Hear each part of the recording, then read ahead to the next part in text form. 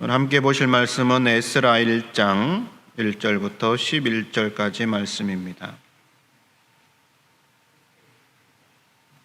구약성경 710면에 에스라 1장 1절부터 11절까지의 말씀을 저와 여러분이 한 절씩 교독하여 읽겠습니다.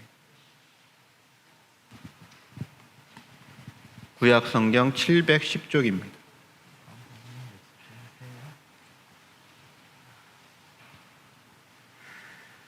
바사왕 고레스 원년에 여호와께서 예레미야의 입을 통하여 하신 말씀을 이루게 하시려고 바사왕 고레스의 마음을 감동시키심에 그가 온 나라에 공포도 하고 조서도 내려 이르되 바사왕 고레스는 말하노니 하늘의 하나님 여호와께서 세상 모든 나라를 내게 주셨고 나에게 명령하사 유다 예루살렘의 성전을 건축하라 하셨나니 이스라엘의 하나님은 참 신이시라. 너희 중에 그의 백성 된 자는 다 유다 예루살렘으로 올라가서 이스라엘의 하나님 여호와의 성전을 건축하라. 그는 예루살렘에 계신 하나님이시라.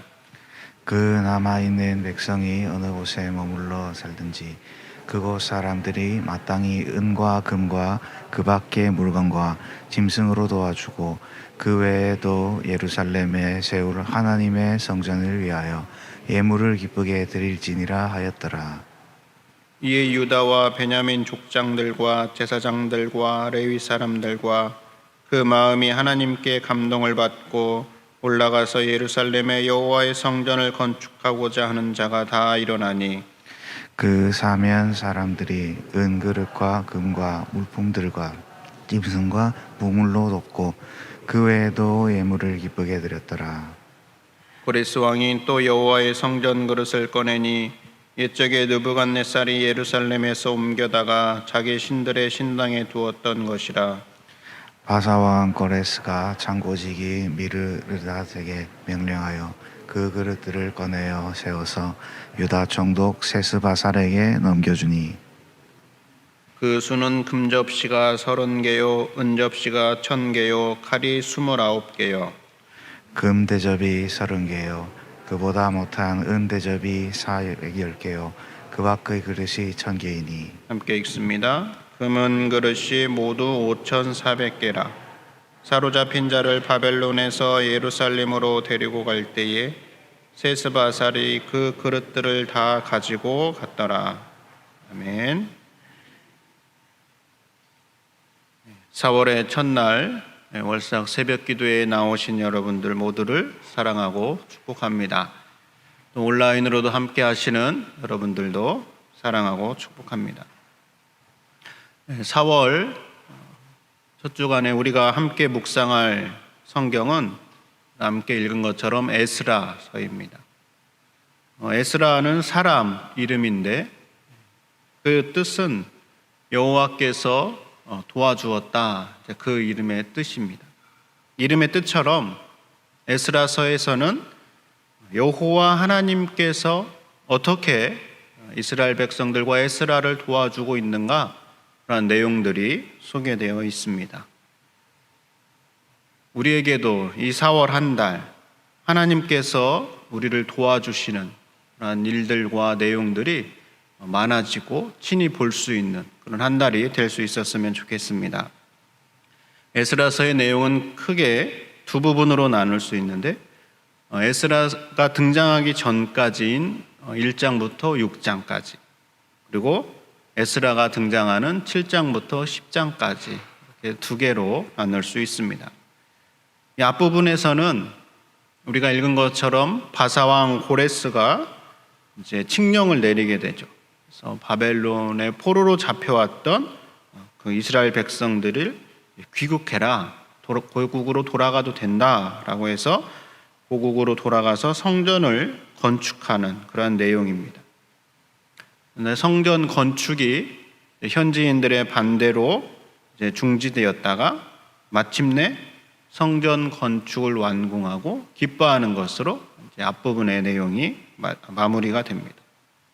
뒷부분에서는 성경의 제목처럼 에스라가 등장해서 아닥사스다 왕의 명령에 따라서 이제 다시 포로들을 데리고 귀환해서 여러 가지 종교개혁의 모습들을 단행하는 것을 다루고 있습니다.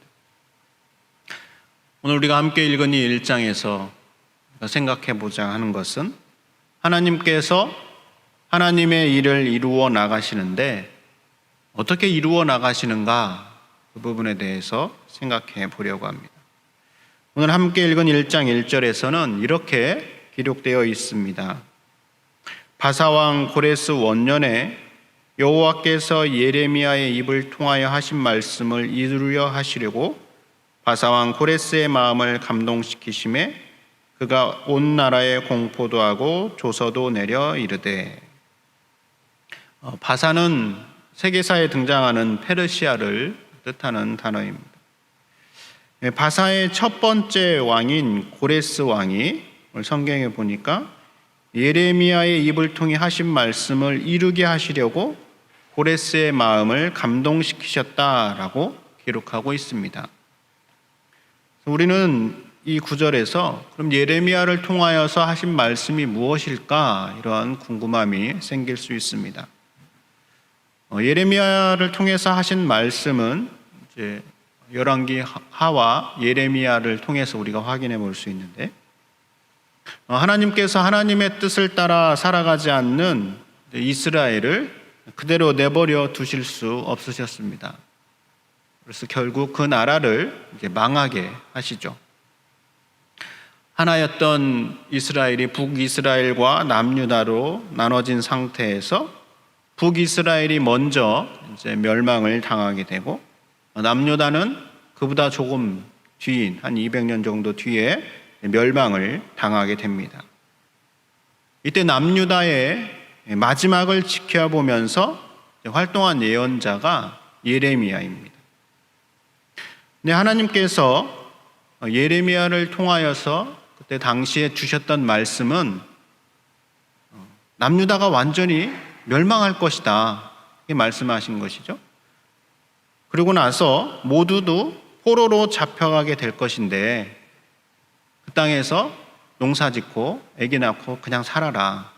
왜냐하면 그 포로로 잡혀간 기간이 70년의 시간이 될 것이다. 그리고 그 70년의 포로 기간이 다 차게 되면 하나님께서 다시 고국으로 돌아오게 될 것이다. 이렇게 예언을 했습니다. 아마도 나라가 망하고 이제 바벨론의 포로로 잡혀간 사람들은 예레미야가 했던 그러한 내용들을 생각했을 겁니다.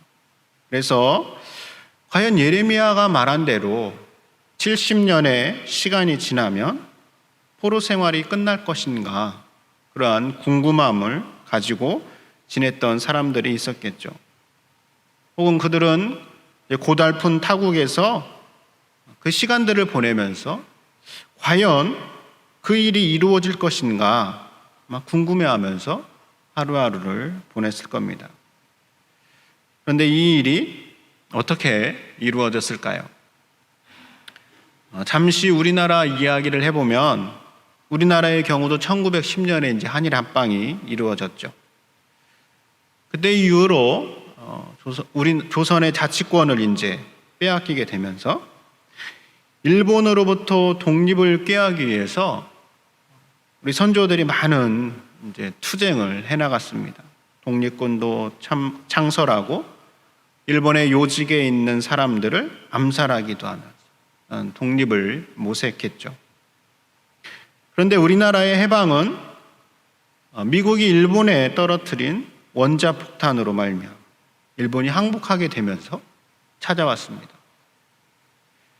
아마 독립운동을 펼쳤던 사람들 가운데에는 어느 누구도 이런 해방의 방법은 생각하지 못했을 것 같습니다. 전혀 생각지 못한 뜻밖의 방법으로 해방이 찾아온 것이죠. 바벨론의 포로로 잡혀갔던 이스라엘 백성들은 어땠을까요? 이들 역시 전혀 생각하지도 못한 방법으로 그들의 포로 생활이 끝이 납니다. 새롭게 왕이 된 고레스 왕이 포로로 지내는 이스라엘 백성들에게 너희들 고생했으니까 너희들 나라로 돌아가라. 이렇게 선포한 겁니다. 여러분, 일반적으로 정상적인 왕이라면 지배국가의 왕이 포로로 지내고 있는 그 사람들을 고국으로 돌아가도록 명령할 수 있을까요? 어떻게 해서 이러한 일이 일어나게 되었을까요? 여호와께서 고레스의 마음을 감동시키셨다라고 오늘 성경은 기록하고 있습니다. 감동시키다라는 단어는 자극하다, 들어올리다, 선동하다라는 뜻을 가지고 있는데, 그래서 이 단어를 통해서 우리가 이렇게 이야기해 볼 수 있습니다. 여호와 하나님께서 고레스 왕의 마음을 자극하신 것이죠. 혹은 여호와 하나님께서 고레스 왕의 마음을 부채질해서 선동시키신 겁니다. 여호와 하나님께서 고레스의 마음을 자극시키시고 선동시키셔서 전혀 생각지도 못한 일을 행하게 하신 것이죠. 2절과 3절에 이렇게 기록되어 있습니다. 바사왕 고레스는 말하노니 하늘의 하나님 여호와께서 세상 모든 나라를 내게 주셨고 나에게 명령하사 유다 예루살렘의 성전을 건축하라 하셨나니 이스라엘의 하나님은 참 신이시라. 너희 중에 그의 백성된 자는 다 유다 예루살렘으로 올라가서 이스라엘의 하나님 여호와의 성전을 건축하라. 그는 예루살렘에 계신 하나님이시라. 어떻게 말하고 있습니까? 너희들의 나라 예루살렘으로 돌아가서 성전을 건축하라 라고 그렇게 이야기하고 있습니다. 아마 이스라엘 백성들은 이 고레스 왕의 명령을 듣고 이것이 꿈인가 생시인가 라고 생각했을 겁니다. 어느 누가 이러한 방법으로 자신들의 포로 생활이 끝나고 고국으로 돌아갈 것을 생각이나 했겠습니까? 더 놀라운 것은 단지 고국으로 돌아가라라고 명령만 내렸던 것이 아니라 예루살렘의 성전을 건축하는데 필요한 것까지 도와주라라고 고레스 왕이 명령하고 있다라는 겁니다. 4절 말씀입니다. 그 남아있는 백성이 어느 곳에 머물러 살든지 그곳 사람들이 마땅히 은과 금과 그 밖의 물건과 짐승으로 도와주고 그 외에도 예루살렘에 세울 하나님의 성전을 위하여 예물을 기쁘게 드릴지니라 하였더라. 참으로 놀라운 방법이고 참으로 생각지 못한 일입니다. 하나님께서는 이렇게 예레미야를 통하여 하신 예언을 반드시 성취하셨고 이방 나라의 왕의 마음을 감동시키셔서 하나님의 일을 행하고 계십니다. 여기에서 우리가 생각해 볼 것이 있습니다. 여러분, 우리가 예를 들어서 다른 나라의 포로로 잡혀가서 살고 있다라고 한번 생각해 보십시오. 긴 시간을 살다가 이제 너희 나라로 돌아가도 좋다라고 한다면 우리는 어떻게 할까요? 아마 기쁜 마음으로 모두 돌아갈 채비를 할 것입니다. 그런데 이러한 경우도 있을 수 있습니다. 70년이라는 시간은 결코 짧은 시간이 아니죠. 그러니까 타국에서 결혼도 하고 아이도 낳고 자신들의 터전을 잡기에 충분한 시간일 수 있습니다. 반면 다시 고국으로 돌아가는 것은 잿더미 위에 다시 기반을 잡아야 할 상황입니다. 고향으로 돌아가는 것은 분명 기쁜 일이지만 아무것도 없는 곳에서 다시 시작하는 것 역시 힘든 일이다라는 것이죠. 이스라엘 백성들에게도 마찬가지입니다. 비록 고레스 왕의 칙령이 내려졌지만 모두가 돌아가지는 않았습니다. 어떠한 사람들이 돌아갔을까요? 5절 말씀에 이렇게 기록되어 있습니다. 이에 유다와 베냐민 족장들과 제사장들과 레위 사람들과 그 마음이 하나님께 감동을 받고 올라가서 예루살렘에 여호와의 성전을 건축하고자 하는 자가 다 일어나니. 성경은 이스라엘 백성들이 모두 다 돌아갔다라고 기록하고 있지 않습니다. 어떠한 사람이 돌아갔는가? 오직 그 마음이 하나님께 감동을 받은 자가 일어나서 고국으로 돌아갔다라고 기록되어 있습니다. 즉, 하나님께서 우리를 해방시키시고 고국으로 돌아가게 하시는구나라는 마음의 감동을 받은 사람들이 자리를 떨치고 일어나서 돌아간 것이죠. 그렇지 못한 자들은 그대로 타국에 남아있게 된 것이죠. 하나님 여러분, 하나님께서는 하나님의 일을 쉬지 않고 행하십니다. 그런데 어떻게 그 일을 행하실까요? 오늘 에스라서를 통해서 확인해 볼 수 있는 것은 하나님께서는 고레스의 마음을 감동시키시고 이스라엘 백성들 가운데 하나님의 마음을 감동시키셔서 그 일을 행하고 계십니다. 사람의 마음을 감동시키시는 분이 여호와 하나님이십니다. 여호와 하나님께서 고레스의 마음을 감동시키셨고 이스라엘 백성들 가운데에서도 마음이 감동되도록 하신 분도 여호와 하나님이십니다. 하나님께서는 이렇게 사람의 마음을 감동시키셔서 하나님의 일을 행하십니다. 지금도 그렇게 일하고 계십니다. 그러므로 우리에게 필요한 것은, 우리가 하나님의 일에 동참하기 위한 필요한 것은 하나님께 감동되는 것입니다. 요즘 젊은 세대의 표현대로 한다면 하나님께 감동 먹는 것이죠. 하나님께서 우리에게 주시는 그 마음의 감동을 우리가 민감하게 알아차릴 때 우리는 하나님의 일을 우리가 행할 수 있는 것입니다. 그러므로 오늘 이 새벽에 하나님 앞에 하나님께서 주시는 마음의 감동을 받을 수 있도록 우리가 기도할 수 있기를 바랍니다.